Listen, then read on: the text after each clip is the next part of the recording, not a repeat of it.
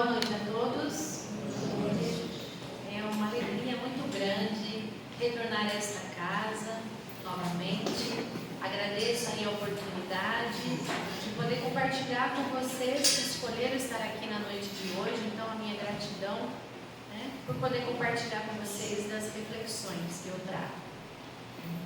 Peço licença aqui para a espiritualidade presente para iniciarmos as nossas reflexões e que os bons espíritos nos ajudem a sentir essa força consoladora e transformadora da doutrina em nossas vidas. Neste momento aqui, nos conduzindo a todos ao aprendizado e à nossa melhoria pessoal. Como ele disse, o tema é sobre isso que nós vamos tratar nesta noite. Então, que Jesus nos inspire a todos. Nos dias de hoje, quando nós passamos pelas dificuldades da vida, as angústias, os desafios, não vamos falar problemas, vamos falar desafios, as dificuldades que às vezes encontramos, seja ela nível de saúde, profissional, afetiva, muitas vezes nós pedimos ajuda ao Pai Celestial. E muitas vezes nós achamos que a ajuda não vem. E aí muitos se revoltam, porque nós não recebemos o que nós pedimos. Muitas vezes, o conhecimento que temos da doutrina não surte efeito de imediato. E aí nós percebemos que os problemas, os desafios não desapareceram. Pelo fato de nós conhecermos a doutrina, as obras de Kardec, ou até mesmo as passagens evangélicas, e aí a gente vê que não resolve dizer que eu sou espírita, o problema não desaparece. E aí a gente refletindo, a gente entende que o que verdadeiramente nos ajudará a vencermos as nossas dores será a sinceridade do nosso coração, ou seja, a vontade forte, firme de modificarmos a nossa maneira de agir frente à vida. Praticar o que realmente nós aprendemos com a doutrina. Então nós vemos que ler diversos livros, o microfone está falhando um pouquinho. Não está. Nós vemos que ler muitos livros da doutrina espírita, ter o conhecimento dos evangelhos, participar de grupo de estudos, ir à casa espírita para assistir a palestra, receber o passe, tudo isso nos é ótimo, nos traz conhecimento, precisamos disso, muitos de nós precisamos disso, mas isso pouco fará por nós se nós não nos dedicarmos a sermos hoje melhores do que fomos ontem. Aplicar na nossa vida, no nosso dia a dia, o que nós lemos nos livros, o que nós assistimos nas palestras, o que nós aprendemos nos grupos de estudos. Porque aí nós adquirimos o conhecimento, mas e as atitudes? Nós mudamos? Temos que pensar. Tem uma frase, uma fala que eu ouvi em uma das palestras, que o palestrante falou que existem 3 etapas na doutrina espírita. A primeira etapa é quando a gente entra na doutrina, quando a gente começa a frequentar a casa espírita. Nossa, é tudo muito lindo, tudo muito gostoso, a gente vem, ouve palestra, fica maravilhado com todo aquele conteúdo, a gente pega livros para ler de romance, um romance mais lindo que o outro, sempre com um final feliz, sempre com um final de esperança, de motivação para a gente mudar. A gente recebe o passe, sai daqui leve, uma delícia, flutuando. Esse é o primeiro passo, quando a gente chega na doutrina. Tem o segundo passo, que é quando a doutrina entra na gente. Quando a doutrina entra na gente, a gente não consegue ser o mesmo. Os valores nossos mudam, o nosso comportamento muda, a gente não consegue às vezes ter mais a mesma amizade que a gente tinha, frequentar os mesmos lugares que a gente frequentava, pensar da forma como pensávamos, tratar até mesmo nós, os nossos sentimentos, da mesma forma que nós tratávamos antes. A gente começa a entender a doutrina e falar, não, tem alguma coisa que está me incomodando, eu preciso mudar, eu preciso fazer algo, eu preciso trabalhar na casa espírita, eu preciso frequentar em grupos de estudo, eu preciso dar passe, eu preciso ajudar na obra assistencial, eu preciso fazer alguma coisa, eu não consigo mais ser eu mesma. Essa é a segunda etapa, quando ela entra na gente. Porque se a gente está na doutrina espírita e ela não nos incomoda, tem alguma coisa errada. A gente está só frequentando, a gente não está se transformando. Essa é a segunda etapa, quando ela entra na gente, a gente incomoda, a gente não consegue mais ser o mesmo. E tem a terceira etapa, que é quando ela sai da gente. Quando ela sai da gente, a gente começa a falar diferente, a tratar as pessoas diferente, começa a se comportar diferente, começa a ser mais caridoso, mais amoroso, mais paciente, mais tolerante, mais sorridente, mais calmo, mais feliz. Tudo muda, né? Então essas são as 3 etapas da doutrina. Então a gente tem que refletir na nossa intimidade em qual etapa eu estou. Porque é necessário que essa doutrina, que nos consola, que nos conforta, também nos transforme. E é raro no meio espírita nós comentarmos sobre transformação, sobre autoconhecimento, sobre a melhoria pessoal, sem fazer referência ao pensamento de Santo Agostinho. Lá na questão 919 do Livro dos Espíritos, o tema, esse autoconhecimento, foi tratado em preciosos 4 parágrafos, nos dando aí uma receita, uma fórmula, né? Porque o conhecimento espírita, como eu já disse, né? Ele desperta em nós um desejo pelo progresso. Ele desperta em nós uma vontade de progredir de alguma forma, no lado pessoal de cada um, né? E aí nos faz pedir caminhos novos a ser traçados para nós, né?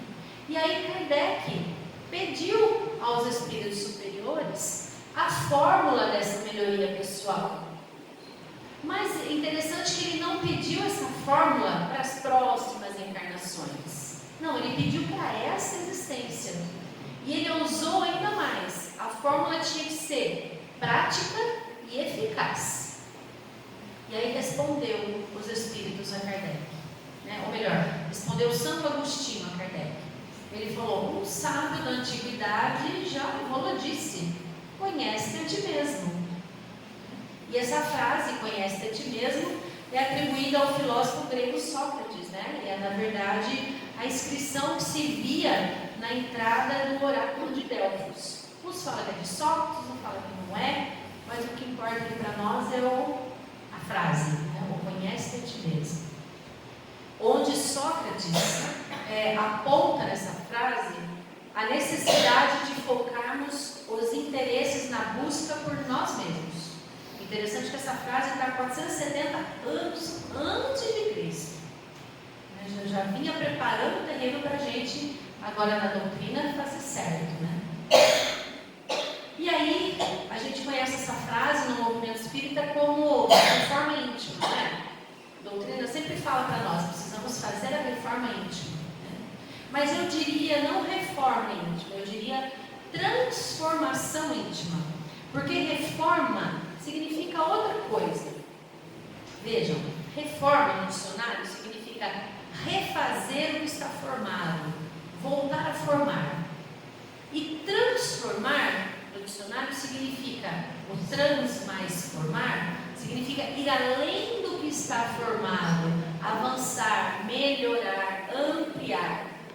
Então, reformar traz a ideia de negar o que se é e ser alguém diferente, e não ser mais o mesmo, ser diferente. E transformar traz a ideia de continuar evoluindo Como, por exemplo, quando nós reformamos a nossa casa, nós nos desfazemos do antigo e colocamos coisa nova. Não é assim? Vou reformar a casa. Tiro tudo que é velho e põe tudo novo. Quando nós transformamos a nossa casa, nós aproveitamos o antigo e transformamos em algo novo. No caso da reforma, a reforma íntima, a pessoa quando ela é, por exemplo, agressiva, intolerante, na reforma ela deixa de ser e passa a ser dócil e meiga. Agora, no caso da transformação, ela não deixa de ser o que ela é, né? Mas ela utiliza da sua característica na construção de boas obras, porque existe aí um aproveitamento do que já foi conquistado, né?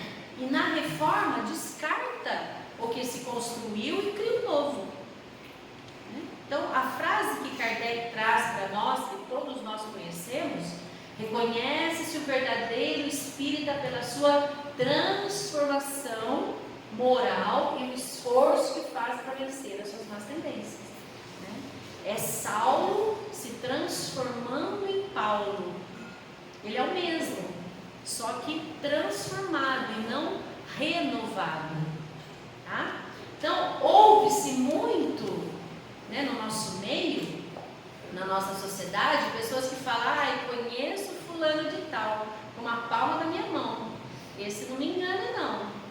Ou seja, eu conheço o outro, conheço fora de mim, mas quando perguntam: quem é você?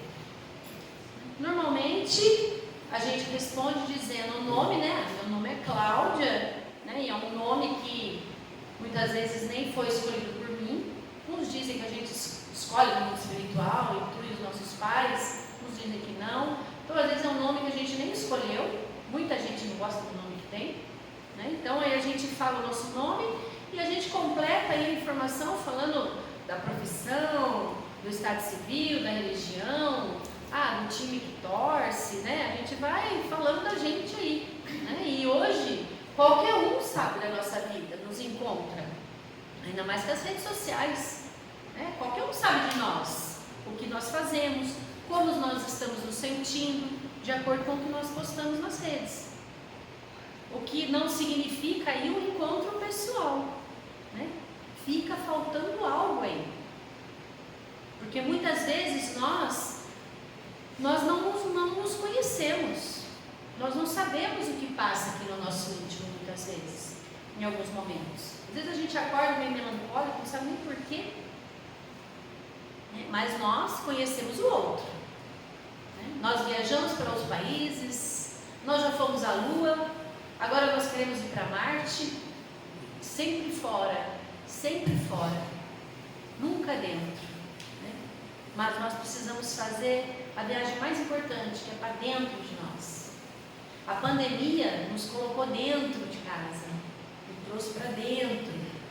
E se a gente não aprendeu nada com a pandemia, vai vir outra situação para a gente aprender. Mas é tudo dentro, nada fora. E Kardec, nessa questão da 919, ele retruca com o espírito, né? Retruca no bom sentido, né? Reconhecendo essa sabedoria dessa resposta que Santo Agostinho nos deu, mas alegando dificuldade para atingir o autoconhecimento interior. E ele insiste num pedido de uma fórmula, de uma receita.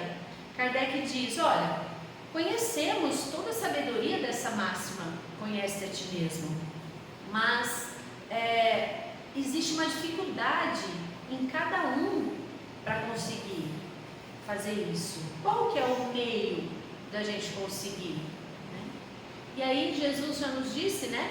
Pedi, obtereis. Kardec pediu, o Espírito deu, né? Estava aí, a fórmula pronta.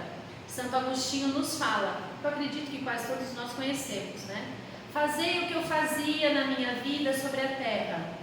Ao fim da jornada, eu interrogava a minha consciência, passava em revista o que fizera e me perguntava se não faltara algum dever, se ninguém tinha nada a lamentar de mim. Bom, está dada aí a fórmula da espiritualidade prática e eficaz para melhorar já nessa existência. Conhece a si mesmo, examinando a consciência. Mas, Cláudia, como faz para a gente consultar a nossa consciência? Exame de consciência, como faz? Será que basta a gente relembrar os acontecimentos? Ele fala, passa revista no que você fez, né? Será que basta a gente relembrar os acontecimentos do dia a dia? Verificar como que nós nos comportamos, se nós somos gentis no trânsito, nas filas, se fomos educados, caridosos, se cumprimos nossos deveres profissionais, familiares, religiosos, se fizemos prece naquele dia. Será que é isso? Ele especificou que o modo de fazer é realizar um interrogatório preciso e diário a si mesmo. Um interrogatório, mas normalmente a gente interroga o outro, né? Onde você foi? Onde você estava? Que hora você chegou? Por que você não veio? Né? A gente faz o interrogatório para fora, mas ele está pedindo aqui para dentro, né? Interrogatório diário e preciso sobre o amparo de Deus e do anjo da guarda. E normalmente a gente faz isso para fora, né? Então ele sugeriu que nós colocássemos para a nossa reflexão 5 questões. Primeira questão, primeira pergunta para nós. Ele diz assim: perguntai-vos o que fizeste e com qual objetivo agiu de tal circunstância. Então, a primeira parte aqui parece tranquila, né? O que você fez? Isso parece tranquilo, a gente refletir. Bom, o que eu fiz hoje? A gente vai pensando, né? Basta recordar as nossas atitudes aí. A segunda, em qual objetivo, já é mais profunda, né? Pede para a gente identificar por quê, qual o objetivo que eu tive aquela ação, qual foi o objetivo que eu fiz aquilo, que eu fui em tal lugar, né? Qual foi o propósito que me motivou a fazer o que eu fiz naquele dia. E aí, quando a gente reflete, é bom a gente pensar, porque muitas vezes os motivos eles podem estar escondidos lá no fundo, no cantinho sombrio do nosso íntimo, né? E ainda se apresentar muitas vezes mascarado. Às vezes a gente se mascara para nós mesmos, né? Então nós temos que pensar: o que me levou a agir assim em tal situação, né? Lembrando que para Deus o que importa mais do que as nossas ações são as nossas intenções. Então, qual foi a minha intenção em fazer tal coisa? Normalmente é sempre voltado para o interesse pessoal que nos leva, né, a agir, a fazer tal coisa. Então a gente vai pensar nisso, é isso que Santo Agostinho está pedindo. Segundo questionamento: se fez alguma coisa que censura no outro. Bom, a nossa capacidade de olhar para fora é bem desenvolvida, né? Então a gente tem que aproveitar ela, essa capacidade, e conhecer o que nós estamos projetando para fora de nós, né? E é sempre fácil a gente apontar erro no outro, condenar, julgar, esquecendo que a gente só consegue reconhecer no outro aquilo que a gente traz dentro de nós, né? Então esse é um procedimento importante da receita, que a gente precisa repetir diariamente. O que nós estamos apontando no outro? Será que nós não fazemos igual ou pior? Ele está falando: o que você censura no outro, né? Porque às vezes a gente aponta uma imperfeição do outro, mas a gente esquece que quando eu aponto tem 3 voltados para mim aqui, né? Então a gente tem que olhar para a gente, né? Esse é um questionamento. Será que o que eu censuro no outro eu não faço igual? Ou eu faço pior? Terceira questão: se fez alguma coisa que não ousaria confessar. Aí um questionamento em relação à nossa conduta no próximo e também uma conduta pessoal, né? Nós devemos responder se tudo que nós pensamos, sentimos ou fizemos pode ficar exposto à luz? Se o nosso pensamento fosse divulgado, se tivesse aquele poder de poder ler o pensamento, será que poderia todo mundo ler o pensamento? Porque nós somos aquilo que nós fazemos quando não tem ninguém olhando. ninguém entre aspas, né? Ninguém encarnado. Será que falta coragem para nós, para assumir as nossas opiniões, as nossas atitudes, as nossas vontades, que somente eu e Deus pode saber? Quais são elas? Será que eu posso confessar o que eu sinto para todo mundo? E mais ainda, será que nós podemos projetar aqui no telão as nossas conversas de WhatsApp? Pode ser vista por todo mundo? Todas as linhas, todas as conversas? A minha não tem nada que me desabone ali, né? E o mais espertinho apaga, né? Mas será que pode? É isso que a gente tem que pensar, é isso que está pedindo para a gente pensar. Quarta questão. Se acontecesse de Deus te chamar neste momento, retornando ao mundo dos espíritos, onde nada é oculto, nós teríamos o que temer diante de alguém? Bom, nós queremos distância da morte, né? Não é agradável pensar nela e muito menos falar sobre ela. Às vezes, quando eu começo a conversar com meu marido sobre desencarnar, se eu desencarnar, você faz isso, faz aquilo, ele fala, para de ficar falando sobre isso. Eu falo, não, é um processo natural, a gente tem que conversar. A morte é algo que todos nós vamos passar, a morte do corpo físico. Um processo natural, que a gente tem que estar preparado, né? Pelo menos um pouco preparado. Aceitar não é fácil, né? Trabalhar as perdas já é um processo doloroso, delicado. Imagina pensar na sua própria morte, diariamente. Esse é um negócio grande.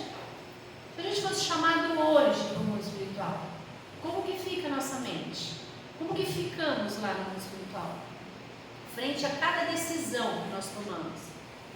Temos que refletir como fica a situação. Como é que ficam os sentimentos que nós temos dos outros guardados em nós? Seria visto por todos os espíritos ali. Porque no mundo espiritual não tem máscara. Não tem esse corpo que esconde o sentimento. Né? O que está guardado fica à luz. Às vezes nós brigamos com o filho, com o marido, com o amigo. Ficamos muito magoados, com raiva, e aí desencarnamos aí num ataque fulminante do coração. Como fica a questão? Essa questão aí nos coloca em xeque com um mundo onde as máscaras não podem ser escondidas. As máscaras não escondem mais, né? Não pode, não tem como. E aí a gente tem que refletir, né? No mundo em que nós vivemos, hoje a gente consegue esconder através do nosso corpo. O que nós sentimos, o que nós pensamos, nós conseguimos esconder.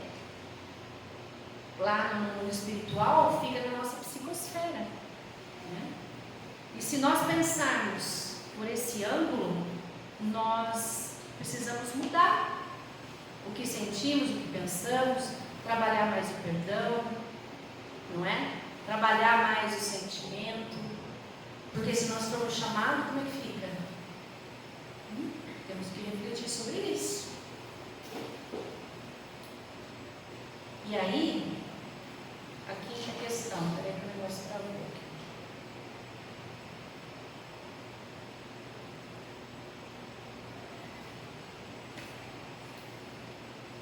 Essas coisas às vezes deixam a gente na mão, né?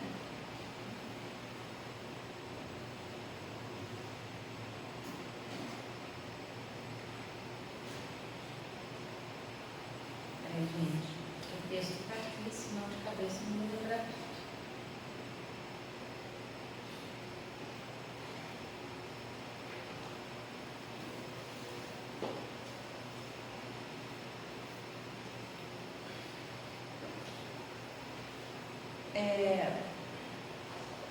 A última questão. Examinarem o que pode ter feito contra Deus, contra o próximo ou contra a si mesmo. É outro questionamento que nós precisamos fazer. Bom, nós discutimos muito as nossas relações amorosas, né, profissionais e familiares, mais ou menos nessa ordem. Né? E aí, a relação com Deus, a gente não para discutir. Né? Começa que nem sempre nós fazemos um juízo claro. né? Nós confundimos às vezes a prece de repetição com a prece do coração, né? Nós o bendizemos quando tudo vai lindo e maravilhoso na nossa vida, mas é sobre ele que nós lançamos a nossa incompreensão, a nossa ingratidão, quando as coisas não saem como nós gostaríamos. Não é? A gente é assim, né? Nós temos aí um comportamento mimado e não há um diálogo com Deus. E nessa tríade de discussões, a relação com o outro é a mais debatida. Só que normalmente na condição de vítima nós nos colocamos. Nós sempre nos colocamos como pessoas magoadas, sentidas. Ai, olha o que fizeram comigo, olha o que ela fez. Só que o convite hoje é para nós largarmos essa postura e assumir as nossas responsabilidades. E nos perguntarmos, por que eu sou assim? Por que eu trato os outros assim? Como que eu lido com as alegrias, com as tristezas que me aparecem? Eu cuido bem de mim, como corpo e alma? Eu reflito no que eu estou sentindo? Isso é o autoconhecimento. Isso é olhar para dentro de nós e falar, não, o que eu estou sentindo agora? E Santo Agostinho mostra o conhecimento e a compreensão da alma humana, nos dizendo como se julgar. Não se tem a ilusão do amor próprio que ameniza as faltas e as desculpas, diz ele. Só que ilusões e justificativas podem comprometer o resultado da receita. E para evitar que algo saia errado na execução dessa fórmula, ele deixou alguns segredinhos. E ele fala assim, que para evitar o auto-engano, façamos o seguinte. Primeiro, quando você estiver indeciso sobre o valor de uma ação sua, devo ou não devo fazer? Pergunte a si mesmo como qualificaria se fosse feito por outra pessoa. Devo ir lá? Devo falar isso? Devo fazer?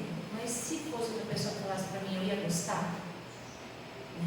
Então, se a gente censurar isso no outro, ela não pode ser legítima em nós. Porque Deus não tem duas medidas para a justiça. Ou é ou não é. Segundo, ele fala, não negligencie a opinião daqueles que não gostam de você. Porque esses não têm nenhum interesse em esconder a verdade. E frequentemente, Deus os coloca ao nosso lado como espelho para ver, para nos advertir com mais franqueza do que faria um amigo. Porque muitas vezes um amigo gosta tanto da gente, a gente fala, essa blusa tá boa? O amigo fala, bonito. Por quê? Porque tem magoar. Agora, aquele que não gosta de você fala, nossa, tá horrível essa blusa. Não combinou com você não. Já fala na lata, né? Porque o amigo nem sempre ele diz a verdade porque ele nos ama. Ele não quer nos machucar. Mas aquele que não gosta de nós, ele fala o que pensa e não se preocupa em nos machucar. Né? E ele fala que é uma proposta valiosa para reformular o nosso comportamento sobre as críticas, sobre as inimizades, vendo nelas auxiliares divinos para o nosso crescimento. E eu costumo dizer que são os nossos personal trainer espiritual. Eles nos ajudam a gente desenvolver a musculatura espiritual, musculatura da paciência, da tolerância, do amor, do perdão, fazendo com que nós assumamos e trabalhemos a raiva, a indignação. Este é o caminho que acaba com a falsa superioridade, que nos faz preferir ignorar as críticas e as inimizades do que aprender com elas. Então, quando alguém te criticar, leva isso como algo construtivo, como bom.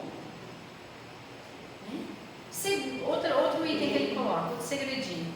Ele fala que aquele que tem vontade séria de se melhorar, explore sua consciência a fim de arrancar dela as más tendências. Porque a gente sabe o que é bom, o que não é, o que é certo, o que não é. Então, ele fala, explora a sua consciência. Para de fazer aquilo que você está fazendo. Você já sabe que não é bom para você, né? Então, essa fórmula é uma visão clara de quem somos e do que precisamos transformar dentro de nós. Então, a gente pode concluir que a fórmula para a nossa melhoria pessoal está no conhecer-se. Né? Conhecer a si mesmo, que significa compreender os seus próprios limites. Não é ter vergonha de olhar para dentro de si e admitir suas faltas, seus equívocos. É conquistar coragem para assumir e vencer as próprias imperfeições. Não é negar as nossas imperfeições, e sim assumir. Como, por exemplo, às vezes a gente assume, você é ciumento? Não, não tem ciúme não. Assume, fala, não, eu sou ciumento. Tá, eu sou ciumento. O que eu vou fazer com o ciúme agora? Eu sei que eu sou ciumento. Bom, eu vou controlar o meu sentimento. Eu vou controlar essa emoção, esse gatilho que arma quando acontece alguma coisa, eu tenho ciúme. Eu sou uma pessoa invejosa. Bom, eu sei que eu sou invejosa, eu assumo que eu sou. O que eu vou fazer? Eu vou vigiar o meu pensamento, o meu sentimento quando se tratar do outro, da vida do outro. Entendendo que isso não faz bem para mim e nem bem para o outro. Eu sou egoísta? Sou. O que eu vou fazer? Que eu sei agora que eu sou egoísta. Eu vou trabalhar esse outro lado, eu vou tentar ir cedendo, eu vou abrindo mão daquilo para não ser tão egoísta, eu vou doando, eu vou me desapegando, eu vou compartilhando. É assim, não é negar, não, eu não sou, eu sou. Pronto. É trazer essa consciência para nós, assumir o nosso lugar, os nossos sentimentos e trabalhar em benefício nosso. E veja, gente, nós estamos aí há poucas semanas do final do ano, né? Porque 40 dias, né? 36 dias, que seja. E aí a gente deve aproveitar esse momento e refletir sobre nós mesmos. O que nós esperamos de 2025, no próximo ano? Esperança de dias melhores, onde muitas pessoas acreditam que seja o início de uma nova vida, mais próspera, mais feliz, e que isso depende da virada do ano, a partir da meia-noite do dia 31. Né? A gente gostaria, como se num passe de mágica, o que nos desagrada suma, como se de uma cartola do mágico, desapareça da nossa vida. Inimigos, dívidas, quilos a mais, emprego mal remunerado, problemas de saúde, problemas com a família, como se somente a serem solucionados. Depois disso, não mais passasse a ter. Dia 31, dia 1º vai mudar tudo. Ou ainda pior, tem pessoas que fingem que está tudo bem. Afinal, são as aparências, né, as impressões que nós passamos aos outros de nós que realmente importam. Sinceramente, eu não sei o que vocês pensam a respeito disso, desse assunto, mas eu quero dizer que a esperança é sim um sentimento nobre, virtuoso, e quando ela está fora do ponto de equilíbrio, ela passa a nos prejudicar. E que repreender a esperança também bloqueia as nossas expectativas e nos frustram. Então, não haverá boas realizações no ano novo, transformação íntima, conhecer-se a si mesmo, se deixarmos de acreditar em nós mesmos, arregaçando as mangas, né, enfrentando aí os maus pensamentos que tomam conta da nossa mente. Nada será melhorado se nós deixarmos a motivação interior de lado. Nada irá se realizar quando medimos forças com aqueles que nós chamamos de inimigo, né? Sem nos conscientizarmos que eles são tão necessários quanto o ar que nós respiramos, para a gente conseguir enfrentar os nossos conflitos e tomarmos a rédea aí da nossa vida com atitudes sábias. Porque nós estamos no estágio evolutivo crescente, gente, não tem mais como voltar para trás. O progresso está aí. Nós vamos progredir, queiramos ou não. Ou iremos com a nossa própria vontade, ou iremos ser lançados para frente. Porque Porque a batalha, ou melhor, a vitória de uma batalha, ela é interna. É vencer a si mesmo, os nossos defeitos, nossos medos, nossas inseguranças, nossas insatisfações. E eu poderia aqui falar mais coisas sobre as nossas dificuldades como espíritos encarnados num corpo físico, num corpo humano. Mas a mensagem é: espere menos, realize mais. Acredite que você é capaz, ou pelo menos tente. Chore menos, ria mais, ou pelo menos arranque o sorriso de alguém que convive com você. Expanda o teu potencial, das virtudes, dentro das tuas condições e diante das oportunidades que você tem. Estude, leia, se divirta, viaje, nem se for por pensamento. Reflita mais, medite, vigie os pensamentos, ore mais, gaste tempo com os amigos, com a família. Não se esqueça que momentos de retiro, de reflexão, faz bem para a mente, para a alma, para o nosso coração. Afinal de contas, ficar sozinho de vez em quando ajuda a nos autoconhecer cada vez melhor. Permita-se amar, perdoar, ajudar os outros. Se doe, se desapegue. Não permita que a tecnologia, como o WhatsApp e as redes sociais, te impeça de dar um abraço, um beijo. A troca de olhares com as pessoas são tão preciosas para você. Afinal, antes dessa inclusão digital, a gente tinha tempo para tudo isso, lembra? Então, não nos esqueçamos que para essa mudança acontecer dentro de nós temos que rever os nossos pensamentos. Nós temos que acreditar em nós mesmos, olhar para dentro de nós, entender que é possível mudar, é possível melhorar, evoluir e acreditar num amanhã melhor, e que vale muito a pena trabalhar a nossa melhoria pessoal, porque todas as nossas realizações, elas precisam ser recheadas de força, de vontade, de automotivação e otimismo para a gente vencer a nós mesmos, dia a dia. Afinal, a gente está aqui só de passagem. Assim como um aluno numa escola que sai quando termina todas as lições que tinha que aprender. E não esperemos o outro ano começar. Comecemos amanhã, dia 24. 24, né? Comecemos amanhã, dia 24. Porque Deus nos dá uma nova oportunidade todos os dias quando nós abrimos nossos olhos. Então, que amanhã seja realmente um novo dia, com novas oportunidades, mas novo de verdade mesmo, de novos pensamentos, de novas atitudes, novos gestos e muita fé no futuro, acreditando que você é capaz de melhorar. Porque nós só não conseguimos mudar o início da nossa história, mas qualquer um pode mudar o final dela. Fica aqui a mensagem da noite, que Jesus nos fortaleça nesse propósito de melhoria pessoal. Muito obrigada pela atenção.